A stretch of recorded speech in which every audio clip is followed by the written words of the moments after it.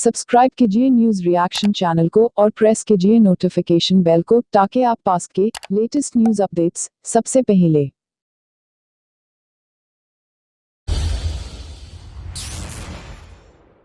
क्या होता पूरे देश के अंदर सोनिया बचा देते, क्या क्या नहीं चलाती। इटली वाली सोनिया गांधी चुप रहती। क्या अगर कोई मौलवी हो या पौधरी हो को इस तरह मारता तो फिर क्या लोग शांत होते? तो क्या रोम से आए हुए इटली वाली सोनिया गांधी चुप नहीं रहती। 80% आबादी सनातन धर्म को मानती है। यहाँ पे हिंदू होना, गेरुआ पहनना पाप हो गया है। तो मैं आपसे कहूंगी, अर्नब गोस्वामी अरेस्ट अर्नब गोस्वामी का हैशटैग ट्विटर पे चलाया जा रहा है और मैं बिल्कुल कहूंगी ऐसे लोगों की दुकानें जो हैं, रिपब्लिक टीवी, अर्नब गोस्वामी जो जहर, नफरत और देश को इस तरीके से जो है नफरत में झोंक रहे हैं, इनकी दुकानें बंद होनी। वो खुश है कि संतों को जहाँ पे उनकी सरकार है रिपोर्ट भेजेगी। वो इटली में रिपोर्ट भेजेगी। मैं बोल रहा हूँ वो इटली में रिपोर्ट भेजेगी। देखिए जहाँ पे मैंने एक सरकार बना ली वहाँ पे हिंदू संतों को मैं मरवा रही हूँ, वहाँ पे हिंदू संतों को मैं मरवा रही हूँ और वहाँ से वाहवाही मिलेगी उसको विक्रमादित्य की। वाह बेटा वाह। अर्नब गोस्वामी ने अपने रिपब्लिक टेलीविजन के ऊपर महाराष्ट्र पालघर के जो हुआ बहुत शर्मनाक हुआ, जो कुछ भी हुआ है उसके ऊपर पूरा एक डिबेट किया, उसे कम्युनल किया, उसे सांप्रदायिक किया, उसे धर्म से जोड़ दिया और कांग्रेस की अध्यक्षा श्रीमती सोनिया गांधी जी को लेकर जितनी अभद्रता वो कर सकते थे उन्होंने वो की। अब बात आती है अर्नब गोस्वामी ने बस जैसे ही पता लगा एक मौका हाथ में लगा है उसे वो जाने नहीं देना चाहते थे, जिसके लिए उन्होंने एक डिबेट बुलाई जिसमें साधु संत और हर एक को बुलाकर बैठा लिया और बिल्कुल एग्रेसिव होकर अर्नब गोस्वामी ने सोनिया गांधी तक के ऊपर गाली गलौज करना शुरू कर दिया। आज सोनिया गांधी जी की उम्र 73 है। इस साल 74 साल की सोनिया गांधी जी पूरी हो जाएंगी। 1968 आज से 53 साल पहले हिंदुस्तान की वो बहू बनकर इस देश में आई थी। एक स्पीच है उनका जो आज बहुत वायरल हो रहा है क्योंकि बात सोनिया गांधी जी के ऊपर अर्नब गोस्वामी ने उठाई है और मैं सभी से कहूंगी, बेटी बहू बनती है और जब बेटी बहू बनकर किसी के घर जाती है तो माँ और पिता उसे बताते हैं कि जिस दरवाजे पे तेरी डोली जा रही है उसी दरवाजे से तेरी अर्थी उठनी चाहिए। Yes, I was born in Italy. I came to India in 1968 as the daughter-in-law of Indira Gandhi. Yes. I have spent 48 years of my life in India. This is my home. This is my country.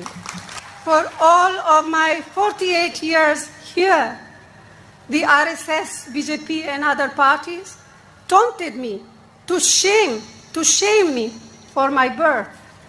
I was born to proud and honest parents. I will never be ashamed of them. Yes, I have relatives in Italy. I have a 93 years old mother and 2 sisters. But it is here in my country, India, it is in its earth that the blood of my loved one is mingled. It is here that I will breathe my last. And it is here that my ashes will mingle with those of my loved ones. The Prime Minister can sink to whichever depths he wishes to challenge my integrity, but he cannot take the truth away from my commitment and my love for India. My country. I cannot expect the Prime Minister Narendra Modi, Prime Minister of India, to understand these feelings, but I know, I am sure you will. तो मैं आपसे कहूंगी, Arnab Goswami arrest Arnab Goswami का hashtag Twitter पे चलाया जा रहा है और मैं बिल्कुल कहूंगी ऐसे लोगों की दुकानें जो हैं, रिपब्लिक टीवी, अर्नब गोस्वामी जो जहर, नफरत और देश को इस तरीके से जो है नफरत में झोंक रहे हैं, इनकी दुकानें बंद होनी चाहिए, इनके लाइसेंस रद्द होने चाहिए, इनके ऊपर कार्रवाई करते हुए इन्हें अरेस्ट करना चाहिए। ये किसी व्यक्ति का नुकसान नहीं कर रहे। इन्होंने जो सोनिया गांधी जी पर अर्नब गोस्वामी जी ने कहा है, अर्नब गोस्वामी ने कहा है, माफी चाहूंगी जी निकल गया क्योंकि वही संस्कार कभी कभी छलक जाते हैं। फिर वो कह रही हूं, ये व्यक्ति की बात नहीं, ये देश की बात है, देश को एक रखने की बात है। आज हम कोरोना वायरस से लड़ रहे हैं, लेकिन उस कोरोना वायरस पीछे छूट गया ऐसा लग रहा है। उस लड़ाई में टेस्टिंग का पता ही नहीं हो रही है, नहीं हो रही है, लेकिन पूरा सांप्रदायिक हिंदू मुस्लिम कोई मौका हाथ से नहीं जाने दे रहे हैं, कोई भी मौका हाथ से नहीं जाने दे। और सारा फ्रस्ट्रेशन श्रीमती सोनिया गांधी जी पर उतारा जा रहा है। मुझे गर्व है कि मुझे याद है 2007 में 1997 में तो जब वो प्राथमिक सदस्यता सोनिया गांधी जी ने ली थी, 98 में कांग्रेस की अध्यक्ष पहली बार वो बनकर आई थी, तब मैं एनएसयू की राष्ट्रीय अध्यक्ष थी। इसलिए बहुत बार किस्मत वाली हूँ कि सोनिया गांधी जी के साथ काम करने का, उनके साथ बात करने का, मिलने का मुझे बहुत बार मौका मिला। और 2007 में मुझे याद है जब सोनिया गांधी जी ने अपनी ऑल इंडिया कांग्रेस कमेटी की टीम का गठन किया था, उस समय 2007 की कांग्रेस कमेटी का जब गठन किया और राहुल गांधी जी पहली बार सक्रिय राजनीति में कांग्रेस के महासचिव बनकर आए थे, तो प्रेस कॉन्फ्रेंस में मैं भी बैठी थी और यकीन नहीं कर रही थी कि कांग्रेस की अध्यक्षा श्रीमती सोनिया गांधी जी ने ऑल इंडिया कांग्रेस कमेटी का ऐलान करते हुए मुझे उसमें जगह दी। और 2007 में दिल्ली से मैं अकेली महिला कांग्रेस की ऑल इंडिया कांग्रेस कमेटी की राष्ट्रीय सचिव के तौर पर सोनिया जी के टीम में उनके साथ काम करने का मुझे मौका मिला।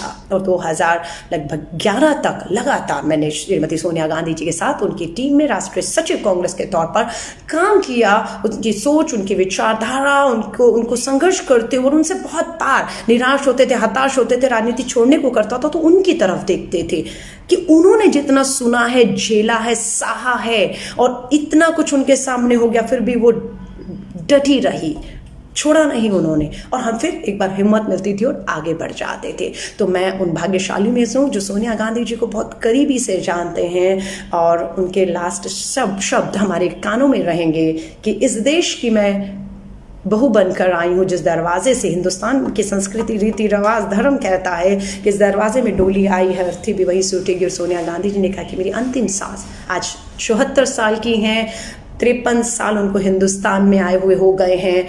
संघ उन्हें कभी नहीं अपनाएगा, हमें परवाह भी नहीं है संघ कितना महिला विरोधी है। ये जब बाबा साहब अम्बेडकर हिंदू एक्ट लेकर आए थे पार्लियामेंट में शुरू में कि महिलाओं को उनका संपत्ति में अधिकार मिलना चाहिए, महिलाओं को भी तलाक देने का अधिकार होना चाहिए, पुरुष बहुत शादियां कर सकते हैं, ये उस समय था, उसको हटाने की बात कर रहे थे, तो संघ को सबसे ज्यादा मिर्ची लगी थी कि नहीं, आप सनातन धर्म और हिंदू का ये एक्ट लाकर आप हिंदू विरोधी हैं। नहीं, वो हिंदू विरोधी नहीं थे, वो महिलाओं के लिए थे, पंडित नेहरू और अंबेडकर। लेकिन महिला विरोधी कोई था तो ये संघ था। इन्हें मंजूर नहीं था कि महिलाओं को संपत्ति में अधिकार मिले, महिलाओं को भी तलाक देने का अधिकार मिले, या महिलाएं जो है विधवा भी अगर हो जाएगी तो उसे दूसरी शादी का अधिकार ये लोग नहीं देना चाहते थे, यानी कि वो जिंदगी भर इसी तरह मर जाए। तो ये संघ की सोच वहां से यहाँ तक आई, इसलिए कोई हैरान होने की किसी को कोई जरूरत नहीं है। और मैं एक बार फिर से श्रीमती सोनिया गांधी जी के जज्बे को सलाम करती हूँ और कांग्रेस के एक कार्यकर्ता को कहूंगी, डटे रहिए, खड़े रहिए श्रीमती सोनिया गांधी जी के साथ, क्योंकि वही एकमात्र ऐसी नेता हैं जो कांग्रेस पार्टी को एक रखते हुए, समान विचारधारा की पार्टियों को एक रखते हुए, इस देश को एक रखते हुए आगे बुलंदियों पर ले जा सकती हैं। 74 साल की है, मैं उनकी लंबी और स्वस्थ आयु के लिए कामना करती हूँ कि वो बिल्कुल इसी तरह स्वस्थ रहें, कांग्रेस का नेतृत्व उनके हाथों में रहे और वो इसी तरह हमें मार्गदर्शन देती रहे ताकि हम देश की समस्याओं से लड़ते हुए इस देश को एक रखते हुए आगे ले सके। मैं सभी साथियों से निवेदन करूंगी, खासतौर से कांग्रेस के समर्पित सिपाहियों से, अपने साथियों से, कि इस वीडियो को ज्यादा से ज्यादा शेयर करिएगा, क्योंकि लोग आज बहुत डिमोरलाइज हैं कि क्यों अर्नब गोस्वामी ने श्रीमती सोनिया गांधी जी को लेकर या पालघर महाराष्ट्र में सांप्रदायिकता फैलाई है, उसे अरेस्ट करना चाहिए। नकारात्मक को छोड़िए और अपनी सकारात्मकता, अपनी पॉजिटिविटी को आगे लाइए। बहुत अच्छाइयां हैं कांग्रेस में, कांग्रेस के पास एक बहुत बड़ा अनुभव है। यूं ही अटल बिहारी वाजपेयी जी, अडवाणी जी श्रीमती सोनिया गांधी जी को नेता विपक्ष के तौर पर बुला कर उनसे राय नहीं लिया करते थे। इसलिए लिया करते थे कि उन्हें मालूम था कि सबसे लंबा समय अगर किसी ने इस देश को चलाया है, इस देश को चलाने का अनुभव है, विपरीत परिस्थितियों से लड़ने की अगर किसी के पास क्षमता ताकत है, वो कांग्रेस के पास है। इसलिए अटल बिहारी वाजपेयी जी भी प्रधानमंत्री होते हुए श्रीमती सोनिया गांधी जी को और नेताओं को लगातार बुलाकर राय मशुरा करते रहते थे। तो वो अनुभव है कांग्रेस पर। आज की सरकार को डर लगता है बात करने से, उन्हें डर लगता है बात करने से कि उनकी सत्ता हाथ से ना चली जाए। समझ रहे हैं? मेरी शुभकामनाएं आप सभी के साथ है। जाते जाते एक बार वीडियो शेयर जरूर करिएगा। हर कांग्रेस के कार्यकर्ता तक ये पूरी सोनिया जी के त्याग और बलिदान की कहानी पहुंचना बेहद जरूरी है, ताकि हम एक रहे, हम विचलित ना हो। और लास्ट, घरों में रहिए, परिवार के साथ रहिए और सुरक्षित रहिए। मेरी शुभकामनाएं है। कोशिश करूंगी आपसे दोबारा जुड़ूंगी। 1,500 लोग अभी तक जुड़े हुए हैं। आप सभी का तहे दिल से धन्यवाद। जय हिंद, जय भारत। सब्सक्राइब कीजिए न्यूज रिएक्शन चैनल को और प्रेस कीजिए नोटिफिकेशन बेल को, ताकि आप पास के लेटेस्ट न्यूज अपडेट्स सबसे पहले